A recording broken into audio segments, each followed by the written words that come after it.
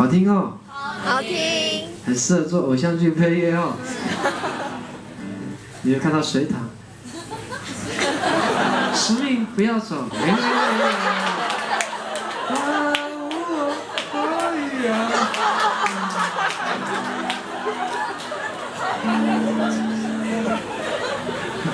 会不会变那样？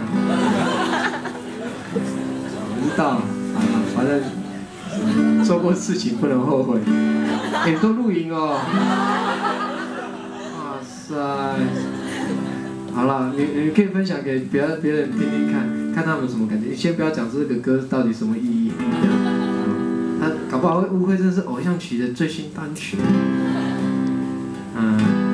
叫他唱这首歌是图腾乐团那个时候的我的创作叫《父亲的话》。预告一下，图腾乐团即将在11月25号的时候要办1年1度的图腾头血趴。有些朋友不太知道为什么我一直讲图腾乐团，它是原住民界的里面的天团。